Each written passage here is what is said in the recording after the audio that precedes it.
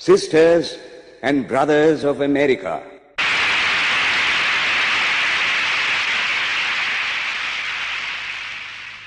it fills my heart with joy unspeakable to rise in response to the warm and cordial welcome which you have given us. I thank you in the name of the most ancient order of monks in the world. I thank you in the name of the mother of religions. And I thank you in the name of the millions and millions of Hindu people of all classes and sects.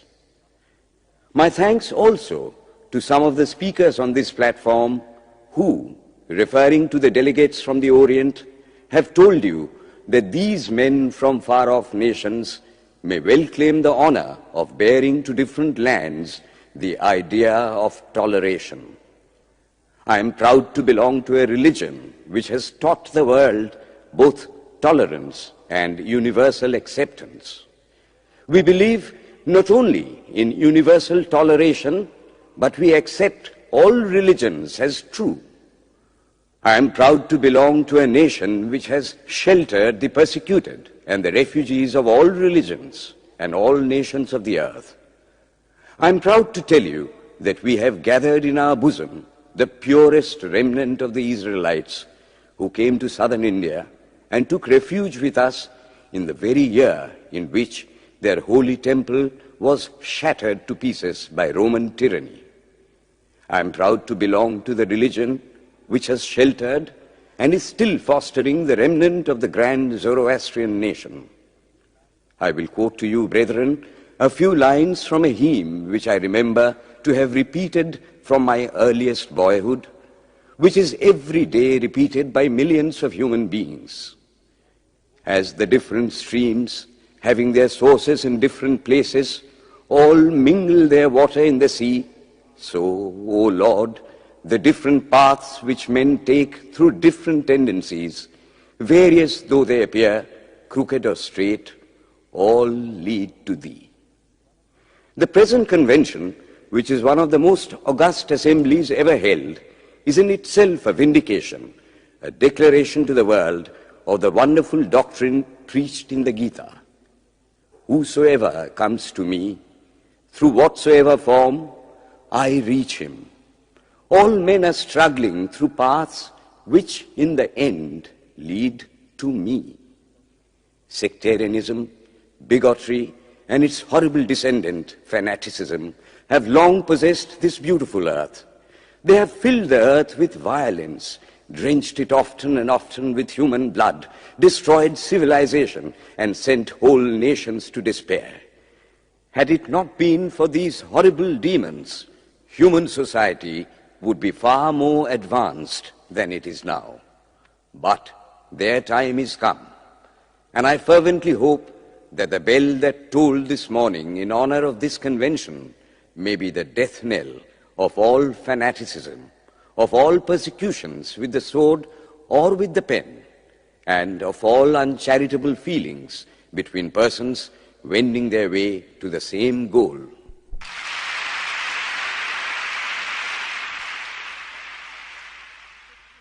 Ladies and gentlemen, on the agenda for today, the 15th of September, 1893, a galaxy of eminent speakers are scheduled to address us, and it gives us great pleasure to once again invite Swamy Vivekananda to speak. His subject for today, Why We Disagree. I will tell you a little story. You have heard the eloquent speaker who has just finished say, "Let us cease from abusing each other," and he was very sorry that there should be always so much variance. But I think I should tell you a story which would illustrate the cause of this variance. A frog lived in a well. It had lived there for a long time. It was born there and brought up there, and yet was a little small frog.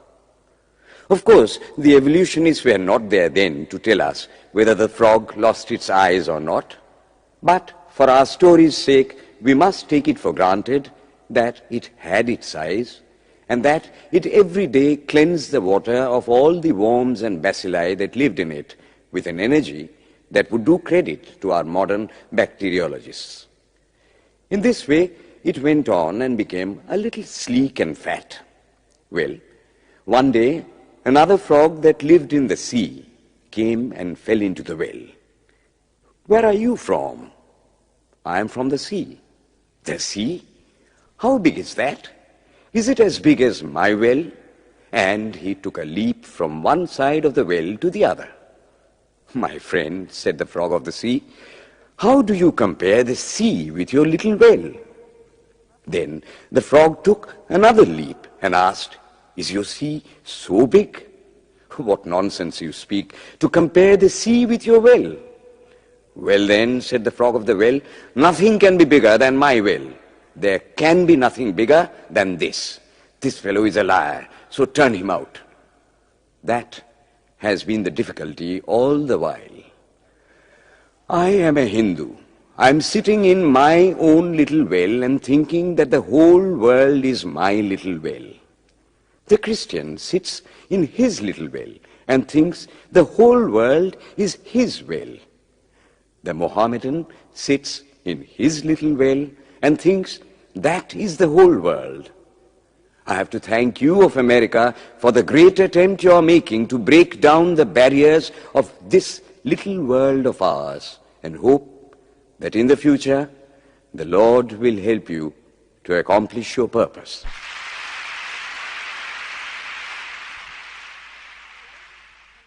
Delegates and friends, today, the 19th of September, 1893, is the 9th day of the World's Parliament of Religions. We have had the privilege of listening to many distinguished speakers from the world over address us on a variety of subjects. The time is at hand to now listen to the great monk from India, Swamy Vivekananda, read his paper on Hinduism. Ladies and gentlemen, Swamy Vivekananda. From the high spiritual flights of the Vedanta philosophy, of which the latest discoveries of science seem like echoes, to the low ideas of idolatry with its multifarious mythology, the agnosticism of the Buddhists and the atheism of the Jains, each and all have a place in the Hindu's religion. Where then, the question arises, where is the common center to which all these widely diverging radii converge? Where is the common basis upon which all these seemingly hopeless contradictions rest? And this is the question I shall attempt to answer. The Hindus have received their religion through revelation, the Vedas. They hold that the Vedas are without beginning and without end.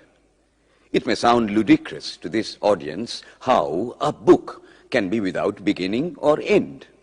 But by the Vedas, no books are meant. They mean the accumulated treasury of spiritual laws discovered by different persons in different times.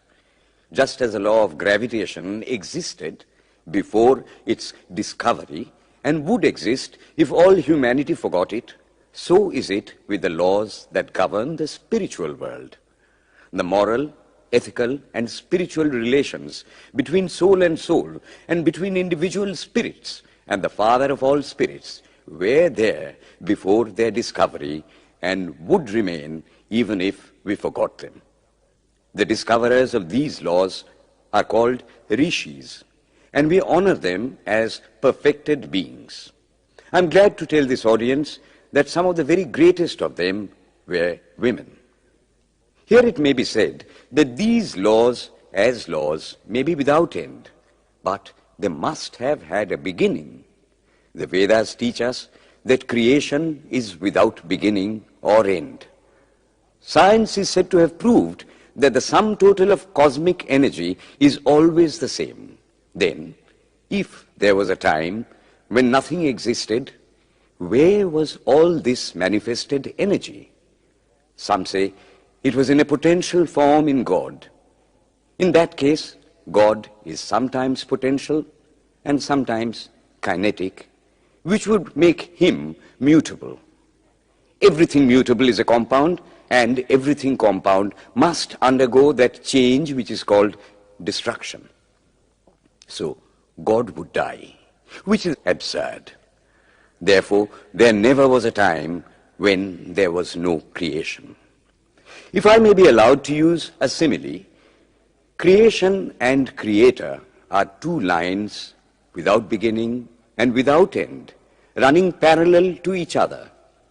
God is the ever-active providence by whose power systems after systems are being evolved out of chaos, made to run for a time and again destroyed. This is what the Brahmin boy repeats every day. The sun and the moon the Lord created like the suns and moons of previous cycles. And this agrees with modern science. Here I stand, and if I shut my eyes and try to conceive my existence, what is the idea before me? The idea of a body. Am I then nothing but a combination of material substances? The Vedas declare, no. I am a spirit living in a body. I am not the body. The body will die, but I shall not die. Here am I in this body. It will fall, but I shall go on living. I had also a past. The soul was not created, for creation means a combination, which means a certain future dissolution. If then the soul was created, it must die. Some are born happy, enjoy perfect health with beautiful body, mental vigor, and all wants supplied. Others are born miserable. Some are without hands or feet. Others again are idiots and only drag on a wretched existence. Why, if they are all created, why does a just and merciful God create one happy and another unhappy? Why is he so partial? Nor would it mend matters in the least to hold that those who are miserable in this life will be happy in a future one. Why should a man be miserable even here in the reign of a just and merciful God? In the second place, the idea of a creator God does not explain the anomaly, but simply expresses the cruel fiat of an all-powerful being. There must have been causes then, before his birth, to make a man miserable or happy, and those were his past actions. Are not all the tendencies of the mind and the body accounted for by inherited aptitude? Here are two parallel lines of existence, one of the mind, the other of matter. If matter and its transformations answer for all that we have, there is no necessity for supposing the existence of a soul. But it cannot be proved that thought has been evolved out of matter. And if a philosophical monism is inevitable, spiritual monism is certainly logical and no less desirable than a materialistic monism. But neither of these is necessary here. We cannot deny that bodies acquire certain tendencies from heredity, but those tendencies only mean the physical configuration through which a peculiar mind alone can act in a peculiar way. There are other tendencies peculiar to a soul caused by his past actions, and a soul with a certain tendency would, by the laws of affinity, take birth in a body which is the fittest instrument for the display of that tendency. This is in accord with science, for science wants to explain everything by habit, and habit is got through repetitions. So, repetitions are necessary to explain the natural habits of a newborn soul, and since they were not obtained in this present life, they must have come down from past lives. There is another suggestion. Taking all these for granted, how is it that I do not remember anything of my past life? This can be easily explained. I am now speaking in English. It is not my mother tongue. In fact, no words of my mother tongue are now present in my consciousness. But let me try to bring them up. And they rush in. That shows that consciousness is only the surface of the mental ocean, and within its depths are stored up all our experiences. Try and struggle. They would come up, and you would be conscious even of your past life. This is direct and demonstrative evidence. Verification is the perfect proof of a theory, and here is the challenge thrown to the world by the rishis. We have discovered the secret by which the very depths of the ocean of memory can be stirred up. Try it, and you would get a complete reminiscence of your past life. So then, the Hindu believes that he is a spirit. Him the sword cannot pierce, him the fire cannot burn, him the water cannot melt, him the air cannot dry. Is nowhere but whose center is located in the body, and that death means the change of this center from body to body. Nor is the soul bound by the conditions of matter. In its very essence, it is free, unbounded, holy, pure, and perfect. But somehow or other, it finds itself tied down to matter and thinks of itself as matter. Why should the free, perfect, and pure being be thus under the thraldom of matter, is the next question. How can the perfect soul be deluded into the belief that it is imperfect? We have been told that the Hindus shirk the question and say that no such question can be there. Some thinkers want to answer it by positing one or more quasi-perfect beings and use big scientific names to fill up the gap. But naming is not explaining. The question remains the same. How can the perfect become the quasi-perfect? How can the pure, the absolute, change even a microscopic particle of its nature? But the Hindu is sincere. He does not want to take shelter under sophistry. He is brave enough to face the question in a manly fashion, and his answer is, I do not know. I do not know how the perfect being, the soul, came to think of itself as imperfect, as joined to and conditioned by matter. But the fact is a fact for all that. It is a fact in everybody's consciousness that one thinks of oneself as the body. The Hindu does not attempt to explain why one thinks one is the body. The answer, that it is the will of God, is no explanation. This is nothing more than what the Hindu says, I do not know. Well then, the human soul is eternal and immortal, perfect and infinite, and death means only a change of center from one body to another. The present is determined by our past actions, and the future by the present. The soul will go on evolving up or reverting back from birth to birth and death to death. But here is another question. Is man a tiny boat in a tempest, raised one moment on the foamy crest of a billow and dashed down into a yawning chasm the next, rolling to and fro at the mercy of good and bad actions, a powerless, helpless wreck in an ever-raging, ever-rushing, uncompromising current of cause and effect, a little moth placed under the wheel of causation, which rolls on, crushing everything in its way, and waits not for the widow's tears or the orphan's cry?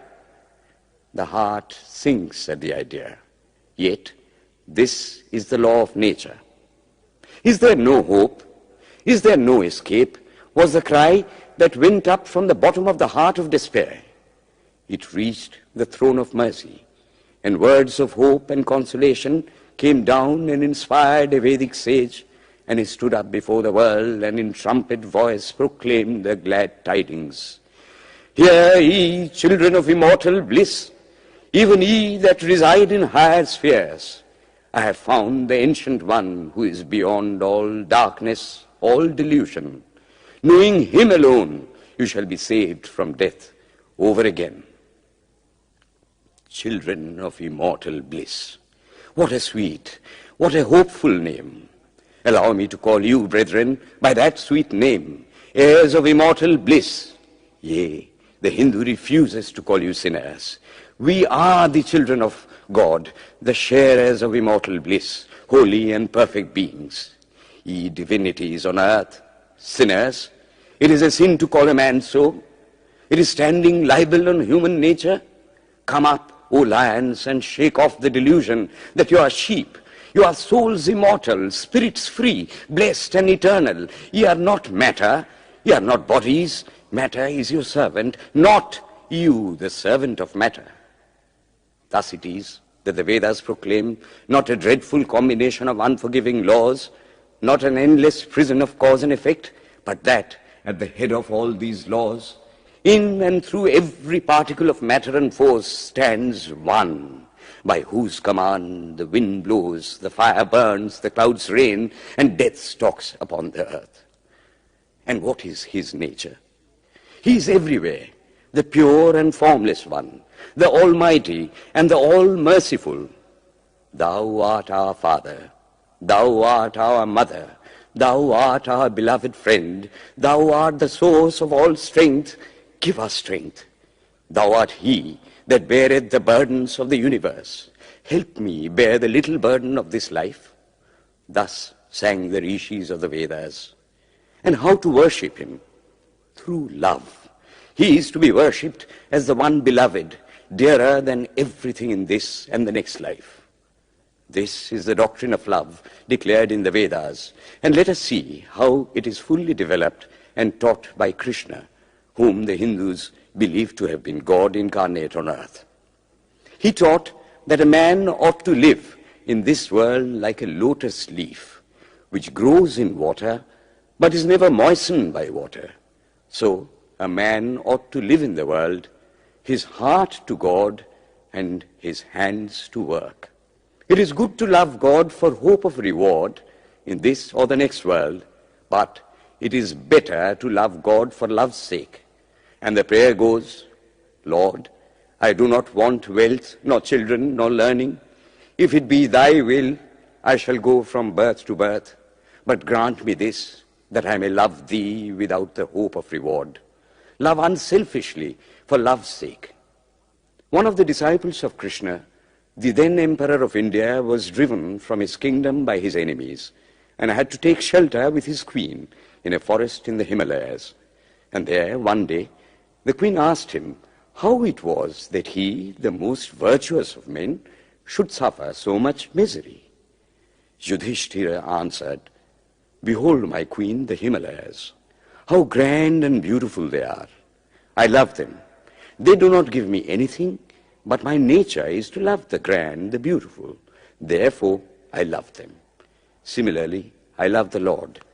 He is the source of all beauty, of all sublimity. He is the only object to be loved. My nature is to love him, and therefore I love. I do not pray for anything. I do not ask for anything. Let him place me wherever he likes. I must love him for love's sake. I cannot trade in love. The Vedas teach that the soul is divine, only held in the bondage of matter. Perfection will be reached when this bond will burst, and the word they use for it is, therefore, mukti, freedom. Freedom from the bonds of imperfection, freedom from death and misery. And this bondage can only fall off through the mercy of God, and this mercy comes on the pure. So, purity is the condition of his mercy. How does that mercy act? He reveals himself to the pure heart. The pure and the stainless see God, yea, even in this life. Then and then only all the crookedness of the heart is made straight. Then all doubt ceases. He is no more the freak of a terrible law of causation. This is the very center, the very vital conception of Hinduism. The Hindu does not want to live upon words and theories. If there are existences beyond the ordinary sensuous existence, he wants to come face to face with them. If there is a soul in him which is not matter, if there is an all-merciful universal soul, he will go to him direct. He must see him, and that alone can destroy all doubts. So, the best proof a Hindu sage gives about the soul, about God, is, I have seen the soul, I have seen God. And that is the only condition of perfection. The Hindu religion does not consist in struggles and attempts to believe a certain doctrine or dogma, but in realizing, not in believing, but in being and becoming. Thus, the whole object of their system is by constant struggle to become perfect, to become divine, to reach God and see God. And this reaching God, seeing God, becoming perfect, even as the Father in heaven is perfect, constitutes the religion of the Hindus. And what becomes of a man when he attains perfection? He lives a life of bliss infinite. He enjoys infinite and perfect bliss, having obtained the only thing in which man ought to have pleasure, namely God, and enjoys the bliss with God. So far, all the Hindus are agreed. This is the common religion of all the sects of India. But then, perfection is absolute, and the absolute cannot be two or three. It cannot have any qualities. It cannot be an individual. And so, when a soul becomes perfect and absolute, it must become one with Brahma, and it would only realize the Lord as the perfection, the reality of its own nature and existence, the existence absolute, knowledge absolute, and bliss absolute. We have often and often read this called the losing of individuality and becoming a stock or a stone. He jests at scars that never felt a wound. I tell you, it is nothing of the kind. If it is happiness to enjoy the consciousness of this small body, it must be greater happiness to enjoy the consciousness of two bodies, the measure of happiness increasing with the consciousness of an increasing number of bodies, the aim, the ultimate of happiness being reached when it would become a universal consciousness. Therefore, to gain this infinite universal individuality, this miserable little prison individuality must go. Then alone can death cease when I am one with life. Then alone can misery cease when I am one with happiness itself. Then alone can all error cease when I am one with knowledge itself. And this is the necessary scientific conclusion. Science has proved to me that physical individuality is a delusion, that really my body is one little continuously changing body in an unbroken ocean of matter, and Advaita, or unity, is the necessary conclusion with my other counterpart, soul. Science is nothing but the finding of unity. As soon as science would reach perfect unity, it would stop from further progress, because it would reach the goal. Thus, chemistry could not progress farther when it would discover one element out of which all others could be made. Physics would stop when it would be able to fulfill its services in discovering one energy of which all the others are but manifestations. And the science of religion become perfect when it would discover Him who is the one life in a universe of death, Him who is the constant basis of an ever-changing world, one who is the only soul of which all souls are but delusive manifestations. Thus is it, through multiplicity and duality, that the ultimate unity is reached. Religion can go no farther. This is the goal of all science. All science is bound to come to this conclusion in the long run. Manifestation and not creation is the word of science today. And the Hindu is only glad that what he has been cherishing in his bosom for ages is going to be taught in more forcible language and with further light from the latest conclusions of science. Descend we now from the aspirations of philosophy to the religion of the ignorant.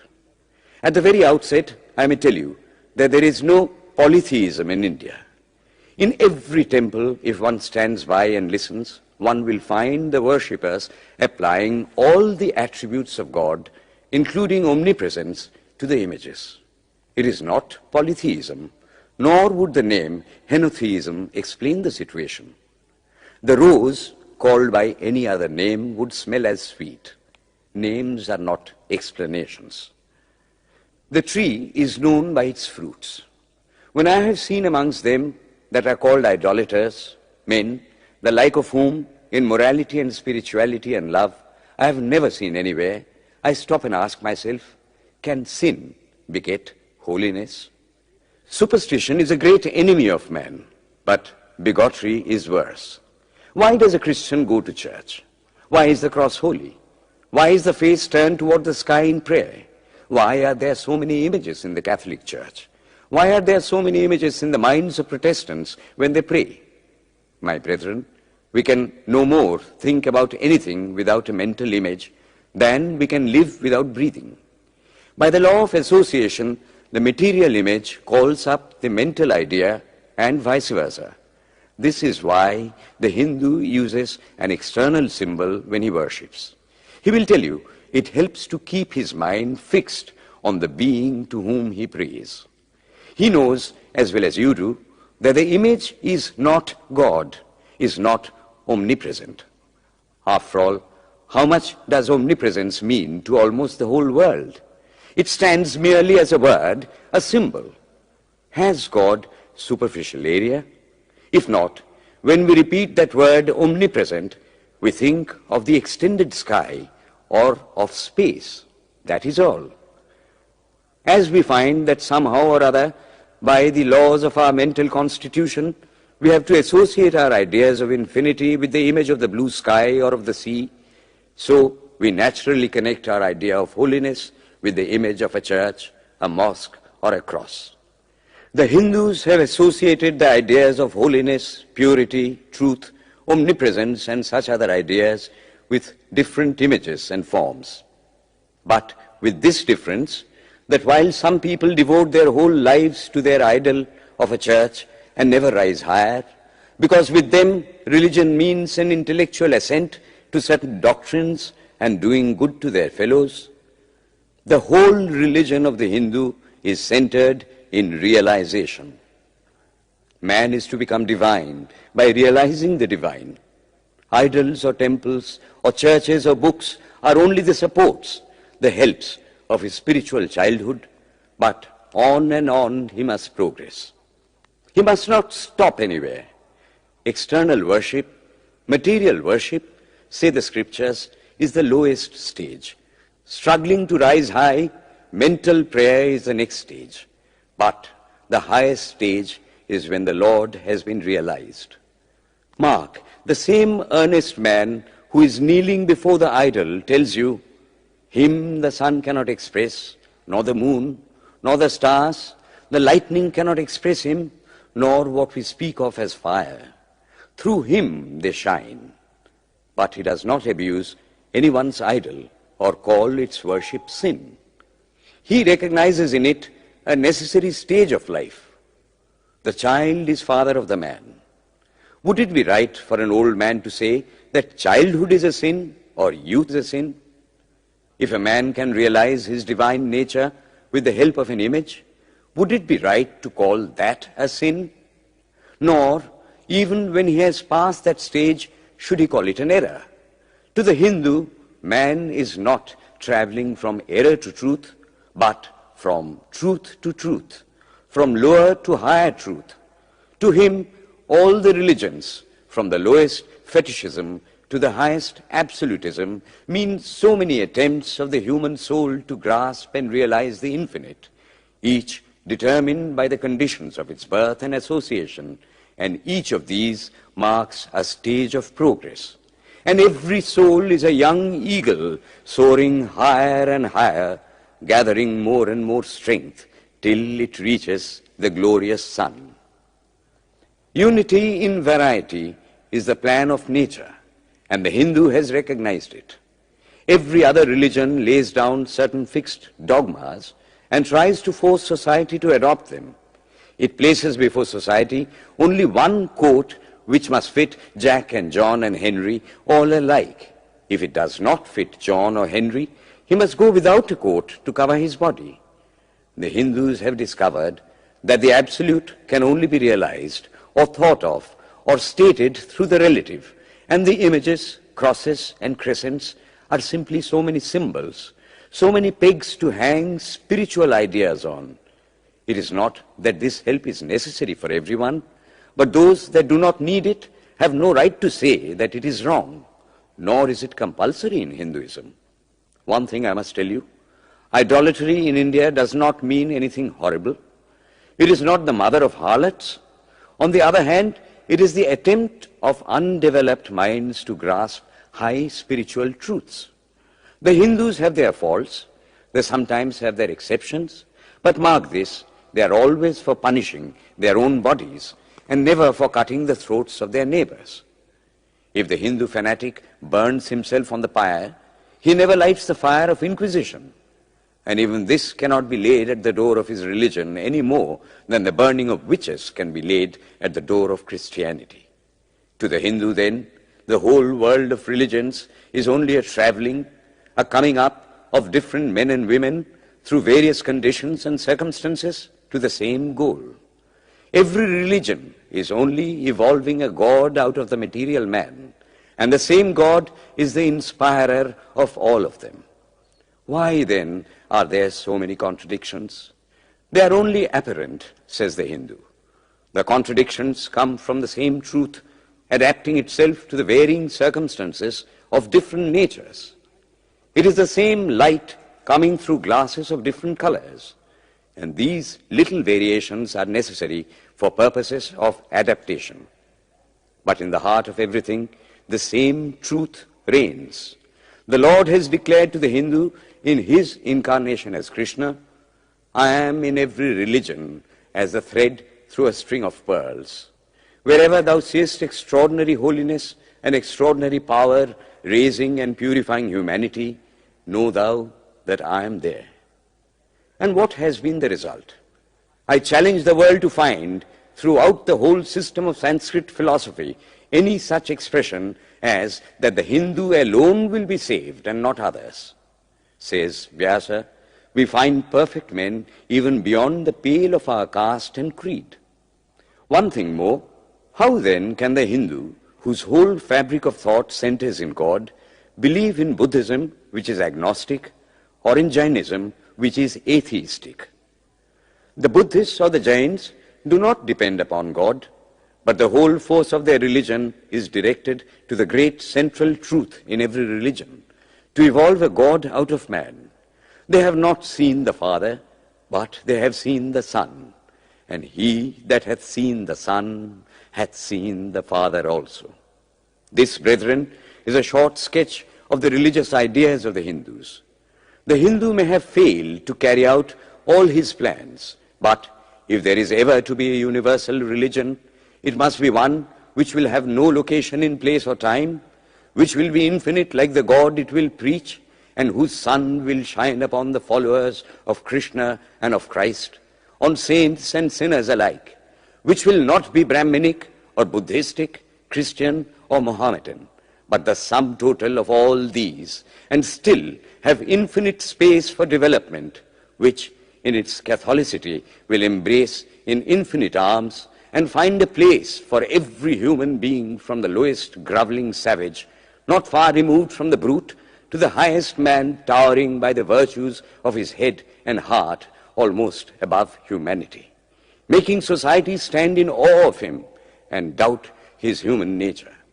It will be a religion which will have no place for persecution or intolerance in its polity, which will recognize divinity in every man and woman, and whose whole scope, whose whole force will be centered in aiding humanity to realize its own true divine nature.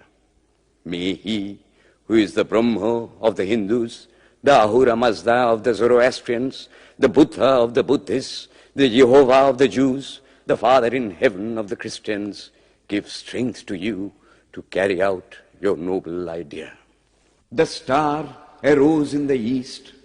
It traveled steadily towards the west, sometimes dimmed and sometimes effulgent, till it made a circuit of the world.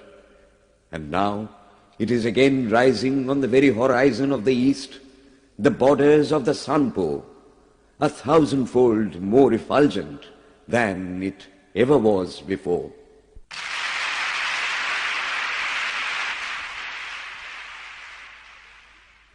Today, the 26th of September, 1893, is the penultimate day of this Parliament of Religions at Chicago.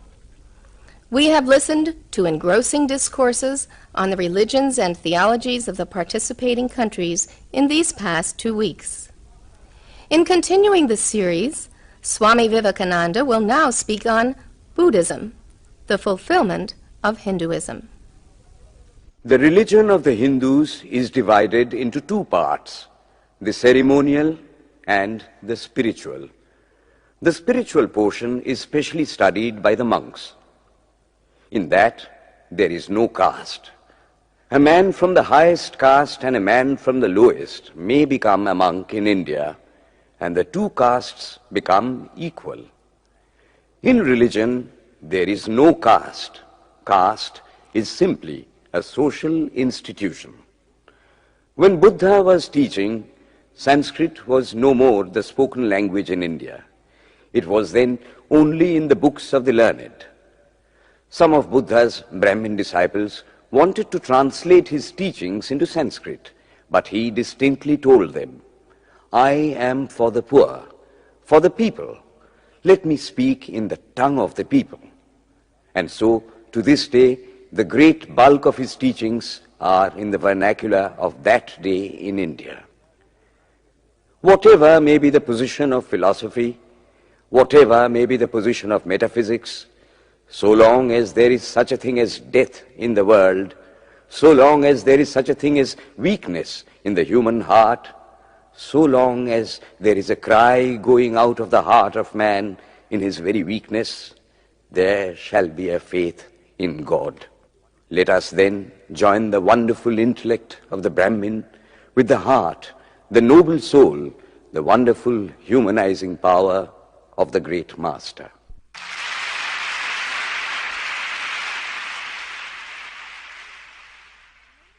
Ladies and gentlemen, in a short while from now, the World's Parliament of Religions at Chicago will come to a close. And this day, the 27th of September, 1893, will go down in history as a landmark for more reasons than one.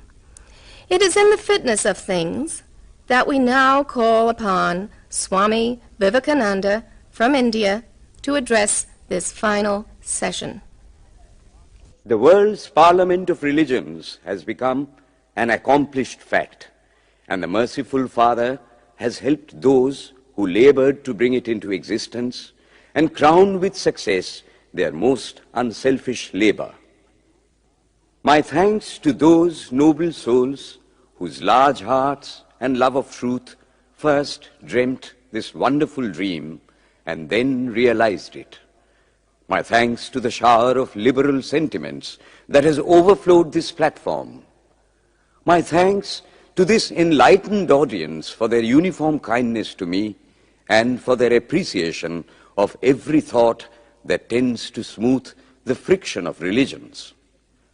A few jarring notes were heard from time to time in this harmony. My special thanks to them, for they have, by their striking contrast, made the general harmony the sweeter. Much has been said of the common ground of religious unity. I am not going just now to venture my own theory, but if anyone here hopes that this unity will come by the triumph of any one of the religions and the destruction of the others, to him I say, brother, yours is an impossible hope. Do I wish that the Christian would become Hindu? God forbid. Do I wish that the Hindu or Buddhist would become Christian? God forbid. The seed is put in the ground, and earth and air and water are placed around it. Does the seed become the earth or the air or the water? No. It becomes a plant. It develops after the law of its own growth, assimilates the air, the earth, and the water, converts them into plant substance, and grows into a plant. Similar is the case with religion. The Christian is not to become a Hindu or a Buddhist, nor a Hindu or a Buddhist to become a Christian, but each must assimilate the spirit of the others and yet preserve his individuality and grow according to his own law of growth. If the Parliament of Religions has shown anything to the world, it is this. It has proved to the world that holiness, purity, and charity are not the exclusive possessions of any church in the world, and that every system has produced men and women of the most exalted character. In the face of this evidence, if anybody dreams of the exclusive survival of his own religion and the destruction of others, I pity him from the bottom of my heart and point out to him that upon the banner of every religion will soon be written, in spite of resistance, help and not fight, assimilation and not destruction, harmony and peace and not dissension.